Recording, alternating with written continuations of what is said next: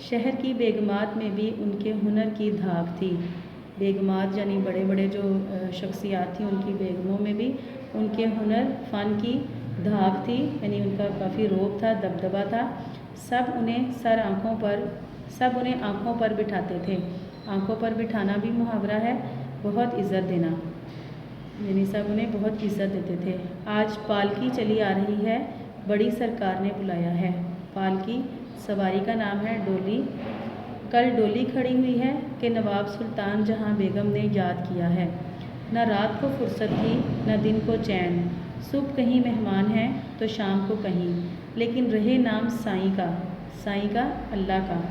بڑھاپا آیا تو ہاتھ پاؤں نے جواب دے دیا۔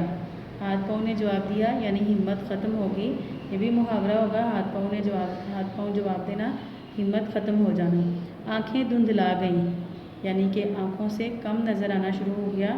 اب کون پوچھتا دنیا اور مطلب نہ رہا تو کیسی خاطرداری یعنی جو ان کی آؤ بھگت کی جاتی تھی، جو ان کی مہمان نوازی کی جاتی تھی، وہ بھی ختم ہو گئی۔ ہارے وقت کا کوئی ساتھی نہیں، ہارا وقت، مشکل وقت، بیچاری کو ٹکڑے کا سہارا دینے والا بھی کوئی نہ تھا۔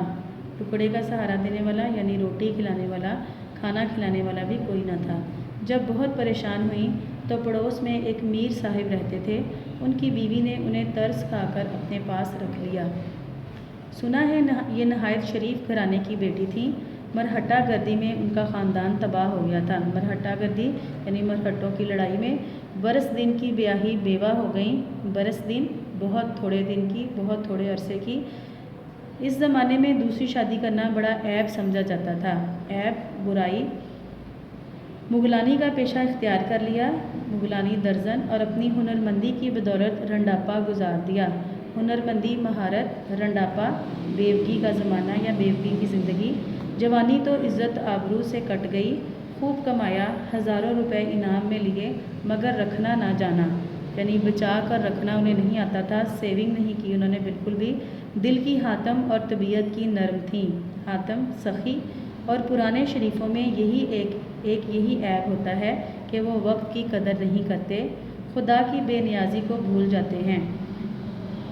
بنے ہوئے زمانے میں بگڑنے کا خیال بھی نہیں آتا، یعنی جب اچھا وقت ہوتا ہے تو انہیں یہ خیال تک نہیں ہوتا کہ کبھی ہم پر برا وقت بھی آ سکتا ہے۔ جانتے ہیں کہ یہی لہر بہر رہے گی، لہر بہر یعنی رونق رہے گی، اسی طرح سے عیش و آرام رہے گا۔ سیدانی بیوی جوانی بھر اس غلط فہمی کا شکار رہیں۔ بڑھاپے نے آن دبایا، طاقتیں دغا دے گئیں۔ دغا دینا، دھوکہ دے دینا۔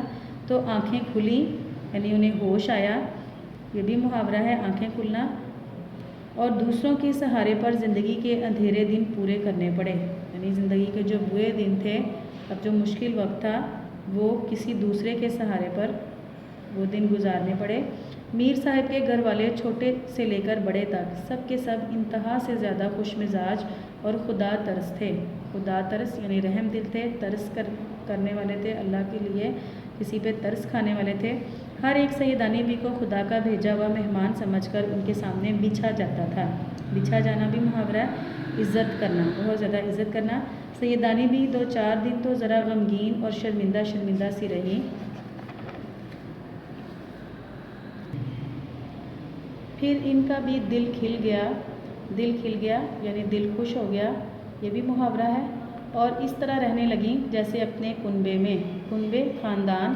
ہاتھ کانپتے تھے، نگاہ موٹی ہو گئی تھی، یعنی نظر کمزور ہو گئی تھی، نگاہ موٹی ہونا، نظر کمزور ہو جانا۔ سوئی کا ناکا مشکل سے سوجتا تھا۔ سوئی کا ناکا یعنی سوراخ جس میں سے ہم دھاگا ڈالتے ہیں، سوجتا تھا یعنی دکھائی دیتا تھا، بہت مشکل سے سوئی کا جو سوراخ تھا دھاگا ڈالنے کے لیے بہت مشکل سے دکھائی دیتا تھا، لیکن ساری عمر محنت کر کے کھایا تھا۔ پرائی روٹی مفت کیسے کھا سکتی تھیں؟ صبح نماز پڑھ کر بچوں کو لے بیٹھتیں، قرآن شریف پڑھاتیں، نصیحتیں کیا کرتیں، دوپہر کو سینہ پرونا اور کاڑھنا سکھاتیں، کاڑھنا یعنی دھاگے سے کڑھائی کرنا سکھاتیں۔ شام ہوتی تو باورچی خانے میں جا کر کھانا پکانے کی ترکیبیں بتاتیں۔